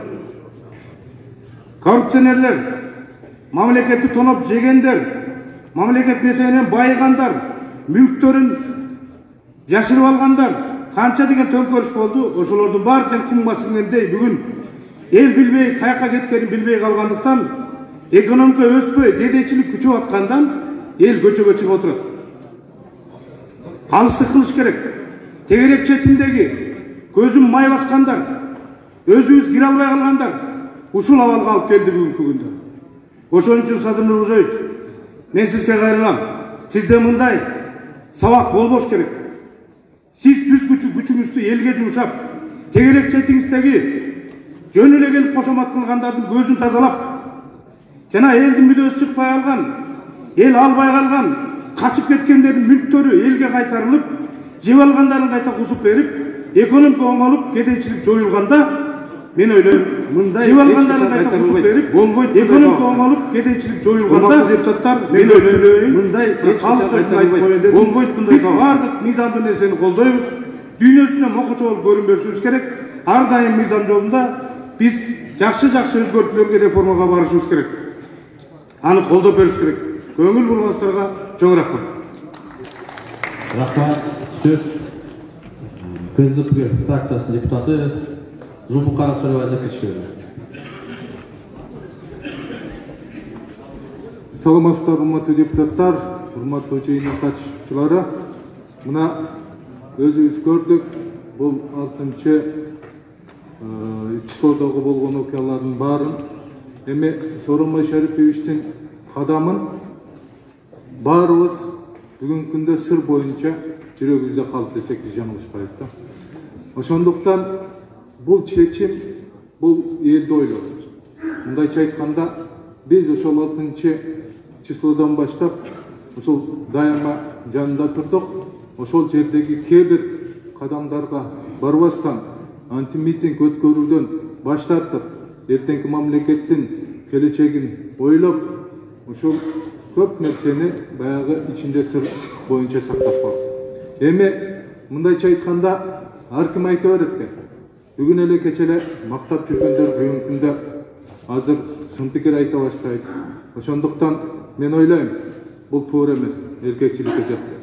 Кандай киши болбосун өз сый умматына жараша чечим кабыл алган инсанды сөзсүз колдошубуз керек. Сооронбай Шарипович учуру келет. Исхак Разаковтай, Султан Ибрагимовтай эл эстеп калат. Бүгүнкү күндө эле мына элибиз, журтубуз Сооронбай Шариповичти колдоп турган баарыбыз байкап турабыз. Мындай кырдаалда кечеги 13-үндө, 14-үндө болгон сессиянын жүрүшүн түздөн-түз Сооронбай Шариповичтин жардамы деп түшүнсөңүздөр болот. Легитимдештирүү, мыйзамдаштырууда чоң ыраазычылык билдирсек болот. Ошондой эле ушул окуяларда 6-сында, анан 10-ында болгон окуяда Мыктыбек Юсуповичке, ошондой эле Мирлан Исакбековичке, Айда Касымалиевага биз чоң ыраазычылык билдирип коелу. Биз бири-бирибизди тирештирип, ошол жаман көрүнбөйлү. Азыр жогору жакта мына Өмүрбек Чиркешевич айтып кетти, Садыр Нуркожоевичтин дагы өзүнүн ою эки түрдүү, мындайча айтканда конституцияга өзгөртүүлөрдү киргизип, бир мандаттуу, ошондой эле парламенттик системаны сактап калыш керек деген ача пикирлер пайда болууда. Мындайча айтканда, бул конституциялык мыйзам, шайлоо кодекси, биз азыр бир ой пикирге келбесек, бул чечимдерди алыш дагы өтө кыйын. Мен 11%-ды колдоп келгенмин. Көтөрүш керек депчи. Мен оюмдан кайттым. Эмне үчүн дегенде элдин талабы ушундай экен. Аны 3%-га түшүргөн туура эле болот экен. Бул мыйзамга өзгөртүү киргизишибиз керек. Эл бүгүнкү күндө дагы бир нерсени күтүп отурат. Люстрация маселеси. Урматтуу жогорку кеңештин депутаттары, эгерде биз каалай турган болсок, ошол шайлоо кодексине макул болсоңуздар, Кыргыз Республикасынын жогорку кеңешинин депутаты 2 жолдон ашча депутат боло албайт деген норманы да кошо киргизип койсок жакшы болот. Ошондо гана таза шайлоо жаштарга мындай жол ачылат. Рахмат.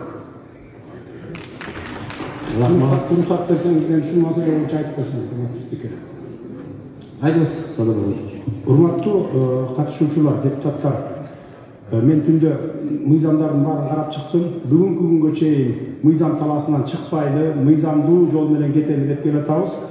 Ошол мыйзамдуу жол менен кетебиз. Эч качан мыйзамдын рамкасынан сыртка чыкпайбыз. Анан эми президенттик шайлоо болуш керек. Кудай буюрса болот. Аны уже консультация жүргүзүп туруп, ушул жумада, аркы жумада белгилейбиз күнүн. 10 январдан ар карай өтпөш керек экен, анткени 90 күндүн ичинде болуш керек. Парламенттик шайлоо боюнча болсо, мен дагы ошол бир мандаттуу дегенди азырынча мен туура эмес көрдүм, анткени парламенттик шайлоо партиялык система менен өтүш керек экен. Мыйзамдар боюнча эгерде биз аны өткөрбөй конституциялык реформага барабыз десек, мыйзам талаасынан бир аз четтеп кетчүдөй экенбиз. Кандай өткөрүү? Мисалы 3%га чейин түшүрөлү деген сунуштар болуп атат. Аны өзүңүздөр чечиңиздер. Бирок 3% өтө эле ылдый болуп калат го деп ойлойм. 5%га түшүрсө болот болуш керек. Бул менин жеке оюм, эч кимге таңуулаган жокмун. Андан кийин 5 миллиондук күрөөнү 1 миллионго чейин түшүрсөңүздөр деген сунушум бар. Анан 120 деген санды 70ке же 90го түшүрүп коюп, ушул парламент келип, андан кийин анан конституциялык реформага барсак туура болот экен. Ошондо мыйзам талаасынан чыкпай кетет экенбиз да. Менин өзүмдүн жеке оюм ушундай, эч кимге таңуулаган жокмун. Аны эми депутаттар азыр лидер фракциялар менен, спикер менен отуруп кеңешсек, сүйлөшсөк, анан бир чечимге келгенден кийин анан парламенттик шайлоону анан ошондон кийин дайындайлы. Рахмат. Сөз КСДП фракциянын депутаты Ибраев Саматбек Кулкевичке берилет. Чыгып кетти окшойт, э? Сөз.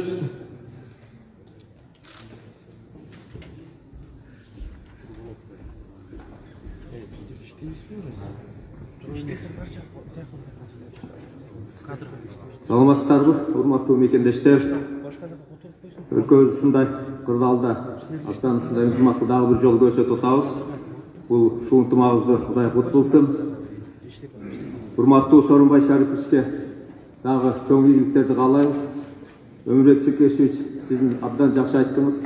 Мындан кийин саясий укуктоо чын эле болбош керек. Мына ушул нерсенен ушунчалык көптөгөн бизде саясий толкундоолор болду. Ошого Садыр Кожоевич, ушул сизге дагы ийгилик каалайм. Ишиңизге аябай кыйынчылык учурда келип атасыз. Менин кайрылуум ушул элдик генерал Курсан Асанов ушул 6-сында ушул биздин мародерство болбой калганына эң негизги бир себепкер киши катары ушул кишинин биздин коллегабыздын бүгүнкү күндө башпанегин өзгөртүп бериңиздер суранабыз. Биздин депутаттардын кайрылуусу да бар, сотко да кайрылганбыз. Ошону мына биринчи күнү болгон экен сотто, ошондон бери эч кандай маалымат жок. Ошого көңүл буруп койсоңуздар. Саясий укуктоолорду болбошундагы абдан жакшы өзүңүздүн оюңузду айттыңыз. Рахмат сизге. Ийгилик каалайм. Рахмат. Сөз бир бол фракциянын жетекчиси Сулайманов Абдулбек Турдубаевичке берилет.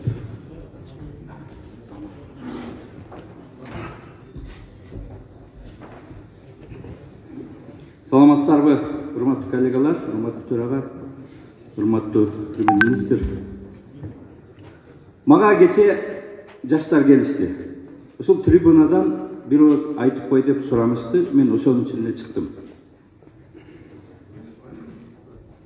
Жаштар айтып атышат. Но кече 5 октябрда эмне үчүн бул чоң толкундоо болду? Бул бир гана шайлоонун жыйынтыгы менен шайлоо адилетсиз өткөн үчүн биз баарыбыз площадка чыктык. Бир гана шайлоонун жыйынтыгын жокко чыгарып берди.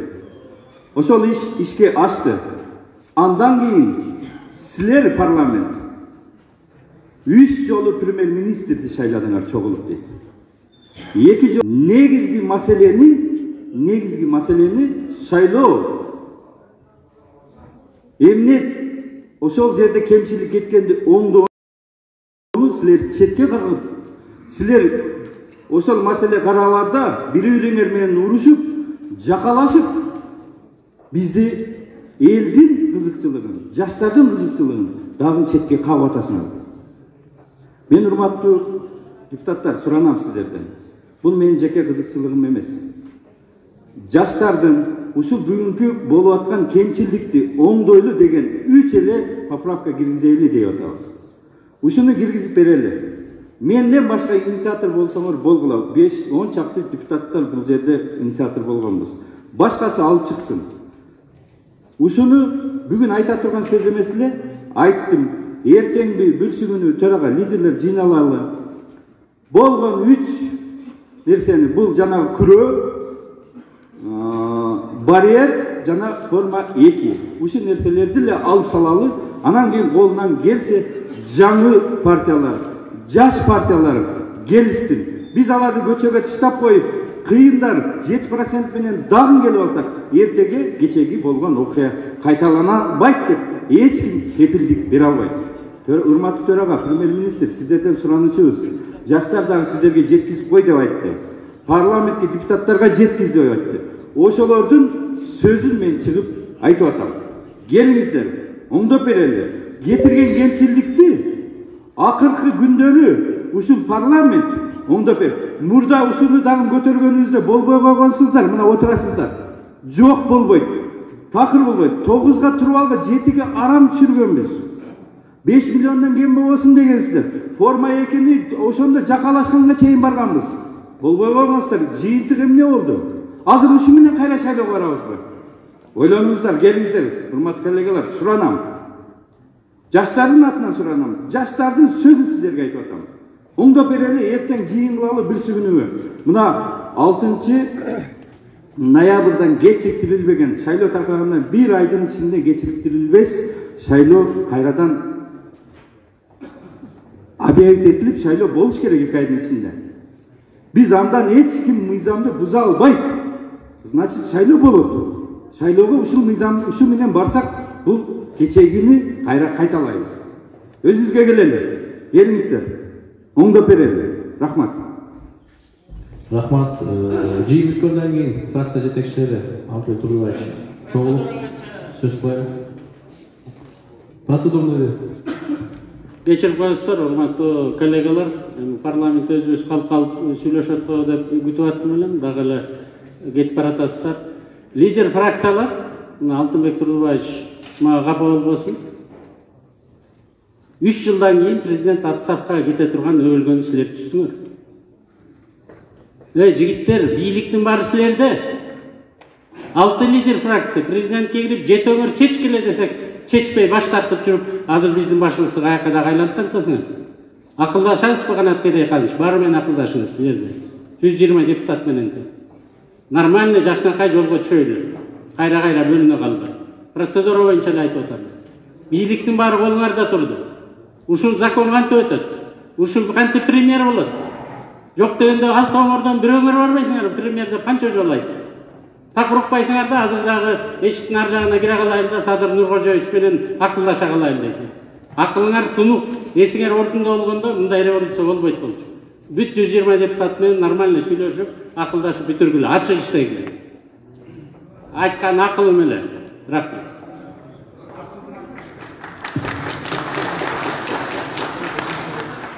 Саламатсыздарбы, урматтуу депутаттар, урматтуу жыйындын катчылары. Мен негизинен айта турган сөздү, ойду Акылбек Үсөнбекович айтып койду. Урматтуу президенттин милдетин аткаруучу Садыр Нуркожоевич, сиз да азыр айтып кеттиңиз, фракциянын лидерлери менен кеңешип алалы деп. Кечеги толкуган эл эмнеге чыкты? Толкуган элдин максаты бир тарабы партийный шайлоого каршы чыкты. Бир тарабы биз бир баштуу башкаруу системасын оңдогула деп чыкты. Анан кече оор кырдаал түзүлгөндө башын катып жатып алган кээ бир фракциянын жетекчилери менен бүгүн сүйлөшүп эмне чечилет? Жалпы сүйлөшөлү, жалпы чечим кабыл алалы. Бүгүн мыйзамды бузбай шайлоолорду дайындап, анан элдин, жаштардын ой максатын аткарууга аракеттенели.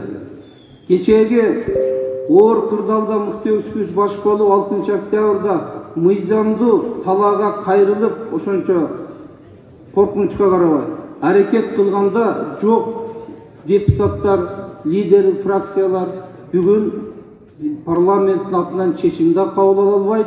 Алардын ою ошо лидер фракциялар мына кечеги төңкөрүшкө алып келди максаты. Чечкимди сүйлөй албай, өзүнүн фракциясын коргой албай жүрүшкө келдик биз.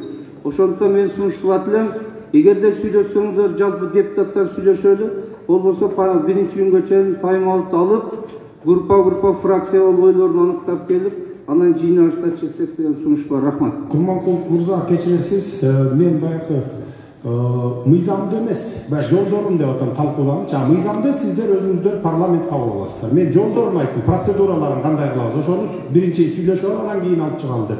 Мен мыйзам жөнүндө айтканым жок. Урматтуу депутаттар, бир 2 депутат жазылды, ушу менен чектесек, өкмөткө да убакыт берели, иштесин. Икрамов Тазабек Икрамовичке сөз берилет. Өнүгүү фракциясы.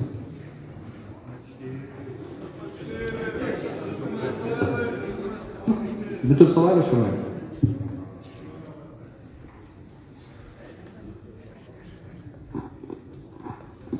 Саламатсыздар, урматтуу депутаттар, урматтуу төрага, урматтуу премьер-министр.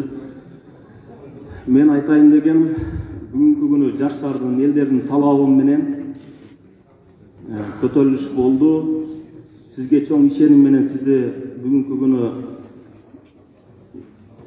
элдин башына алып келип отурат.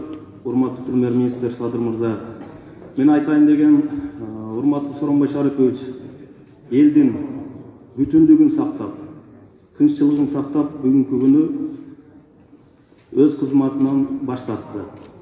Ошондуктан Сооронбай Шариповичке ден соолук каалайм, ийгилик каалайм. Анан айта турган нерсем, мына бүгүнкү күнү бардык жерде тополоңдун чыкканы эмнеден болду? Коррупционерлерден. Мен 2018-жылдан баштап көтөрүп келем ушул маселени. Коррупционерлер и коррупционерлердин балдары мамлекеттик жумушка алынбасын деген маселени. Бирок ушул жерде парламенттен эч качан колдоо тапкан эмес.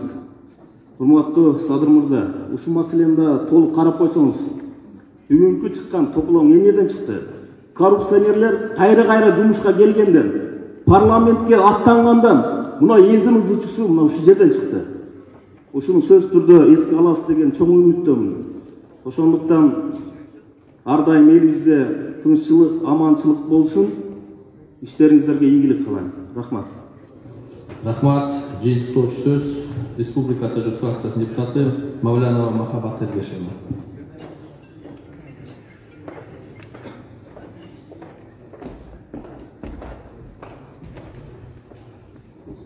Саламатсыздарбы, урматтуу Садыр Нуркожоевич, Канат Бедеканович, урматтуу коллегалар, массалык маалымат карттарынын өкүлдөрү, улуттук өкмөттүн мүчөлөрү. Мынакей биз баарыбыз ушул күндөрү Кыргызстандын 30 жылга жакын тарыхында чоң тамалар менен жазылып калчу күндү баштан өткөрүп атабыз. Жалпы элибиз чындыгында ушул кезге чейин ар бир башкарууда болгон, бийликте болгон президенттер,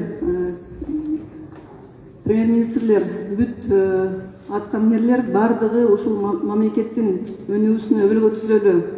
Биздин элибиздин жашоосу оңолсун деген максаттар менен иштеп келген, бирок тилекке каршы биз мындай кескин өзгөрүүгө, элибиздин жакшы жашоосуна жетише албай жатабыз. Буга мен өзүмдүн жеке пикиримди билгизим келет.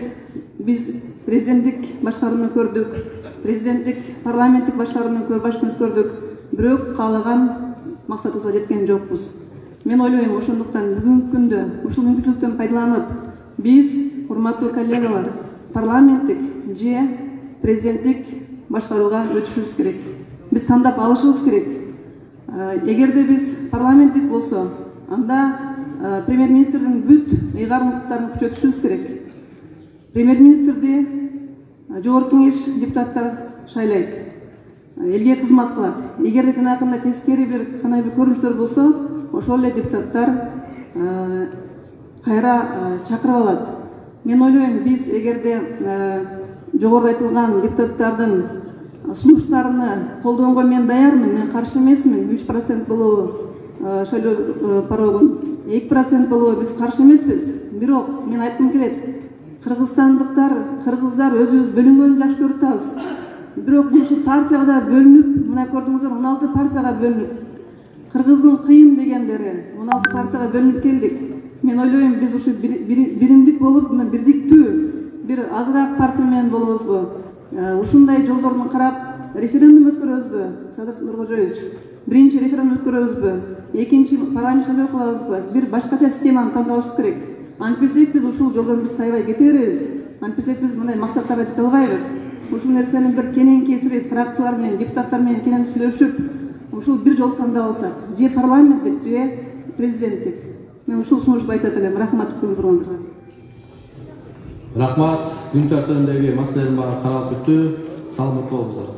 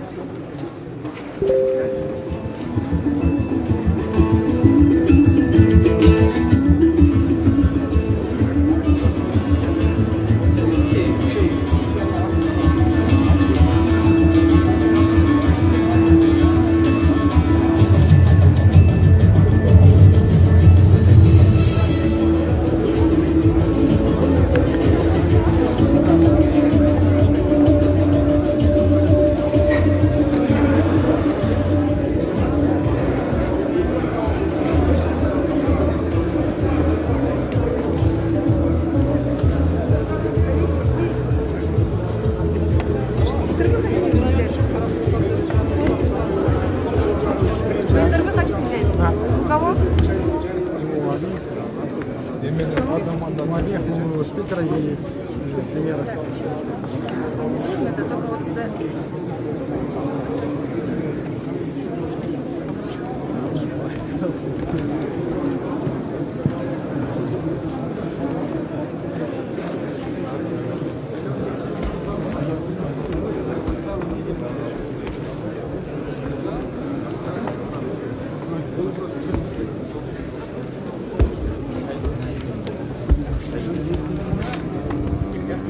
7% негизи көп, 9% көп, даже 5% көп экенин турмуш тастыктады. Жаштардын партиялары өздөрүнчө жаңы партиялар келе албаганын көрсөттү. Ошонун негизинде турмушка карап биз мыйзамдарды оңдошубуз керек. Биз көрдүк 5 миллион сом көп экен. 5 миллион сомду эки партия элден жыйнады. Бул чоң казат менен реформа. Эл жыйнап беришти алардын акчасын. А биз эмне үчүн партияларды каржылаш үчүн элди акча жыйнатышыбыз керек? Колубузда турса, эмне үчүн биз азайтып койсок болбойт? 5 миллионду жок дегенде 0 кылсак басак дагы 1 миллион сомго түшүрөлү. Ошол 7%ды 3%га түшүрөлү. Ал эми форма 2 турмуш көрсөттү, буну жок кылыш керек. Бул 3% менен 1 миллион сом бул жаш жаңы партиялардын талабы. Бул Сулаймановдун талабы эмес, бул мезгилдин талабы. Жок, все уже. А буга чейин эме деп айткансызда, 9% бул үчүн чек эмес дегендей пикир билдиргенсиз да? 9% бир болсун чек эмес деп мен айткан эмесмин. Ошондой 7%ды мен талашканмын, 7%дын инициатору болом. Сиз сөздү может адаштырып атасыз. Жок, мыйзам чалектин астында ошондой пикир билдирген. 7%дын инициатору болом. Биз 5 менен 5ти деп суранып атканыбызда талаш жаралган. Парламенттин колдоо болушун түшүнгөнбүз. Анан 7 менен калганбыз. А бүгүн турмуш көрсөтүп атат. 7 дагы көп экен. Siz niye aylandırıp sürüyorsunuz? Siz karşı.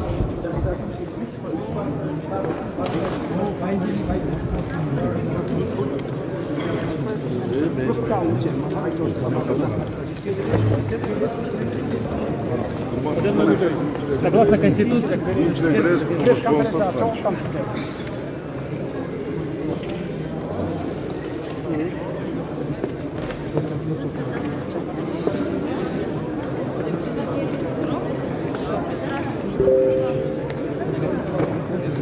Азыр өзүңүздөр көргөндөй премьер-министр Садыр Жапаров жыйындар залынан чыкты.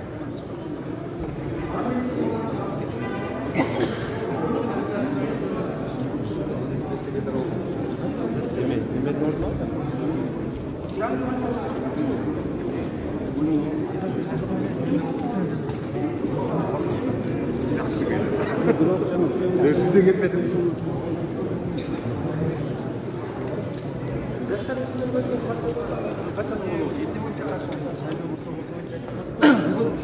Сунуштап аткан мыйзамдар колдоо табылып атабы? Күн тартибинде турат. Эми бүгүнкү репет маселе менен жыйналганбыз. Буга эмки жумада жыйналабыз окшойт. Жыйналып өткөзөбүз. Азыр жанагы мына ЧПнын мезгилинде мыйзам, конституционный мыйзамда аны өткөзгөнгө болгон. Вопрос. Согласно Конституции, исполняющий обязанности президента не может баллотироваться на выборах. Соответственно, если Садыр Жапаров будет как-то баллотироваться, если планирует он это делать, вы за него, конечно, не можете сказать, но тем не менее, как обсуждался ли этот вопрос, как это можно сделать легитимно, процессуально, или Конституцию нужно поменять, этот пункт оттуда изъять? Не, ну, в Конституции четко прописано, что исполняющий обязанности президента не может баллотироваться, поэтому я здесь другой трактовки я не вижу. Вы говорили, что до этого, еще до того, как президент подал отставку, что вы как не чувствуете морального права исполнять обязанности президента. Какие вот еще мотивы вами двигали, когда вы принимали это решение? Во-первых, учитывая общественно-политическую ситуацию в стране, я это принял решение. Но самое главное, еще раз повторюсь, это то, что срок работы парламента 6-го созыва уже заканчивается. Потому что здесь тоже спорный момент есть. Парламент избирается на 5 лет. 5 лет истекли. И в то же время есть норма, что срок работы парламента заканчивается с момента первой сессии нового парламента. То есть, если трактовать 5 лет, то уже срок закончится. Поэтому это всегда будет оспариваться. Как это? Спикер парламента, которого срок закончится, исполняет обязанности президента. Поэтому во избежание этих конфликтов, даже когда Сооронбай Башарович не уходил, еще и не собирался уходить, я об этом постоянно говорил. И было бы нелогично, если бы он не ушел, говорил, что я не могу исполнять обязанности президента, так как срок заканчивается. Когда он ушел заявление, сказал, я передумал, я буду теперь исполнять обязанности президента. Когда планируется озвученные инициативы обсуждать в парламенте, снижение избирательного порога и так далее? В самое ближайшее время. Самое ближайшее. Спасибо. Можно очень коротко, как в качестве спикера, да, сколько осталось срока до заседания первого парламента легитимного, какие задачи здесь решить? Ну, вы все знаете, что возмущение масс, которые произошли 5 октября, в основном были это из-за итогов выборов. Партии, которые не преодолели 7% барьер, они вышли на акции протеста. И сейчас молодежь, которая была именно движущей силой этих революционных процессов, они требуют, они хотят, они желают, чтобы порог снизился. Значит, в первую очередь мы будем рассматривать вопрос снижения избирательного барьера. Второе – это залог, снижение залога. И третье – это вопрос по форме 2, потому что было очень много нареканий еще во время выборов, вы помните, многие партии возмущались, представители гражданского общества возмущались, и поэтому эти 3 вопроса, я думаю, в первоочередном порядке мы будем рассматривать. И, естественно, еще мы должны уже назначить выборы, дату выборов президента. И Кыргызча можно? Жогорку кеңеш ушул жакын арада эң мындай бүтүсүз карай турган маселелер бул шайлоого багытталган маселелер. Анткени ушул 5 октябрда болгон элдин нааразычылыгы ошо шайлоонун өтүшү боюнча болду. Азыр эми биз карай турган маселе бул босогону, шайлоо босогосун төмөндөтүү, күрөөнү партиялар койгон күрөөнүн да төмөндөтүү жана ошо форма 2 боюнча маселени кароо. Ушул 3 маселе боюнча жана бир топ коомчулукта элде нааразычылыктар бар. Ушул боюнча биз дагы парламент элдин көпчүлүктүн пикирин дагы эске алып, бул боюнча шашылыш түрдө мыйзамдарды карап чыгышсын. Можно кыргызча тоже скачать вашу оценку, почему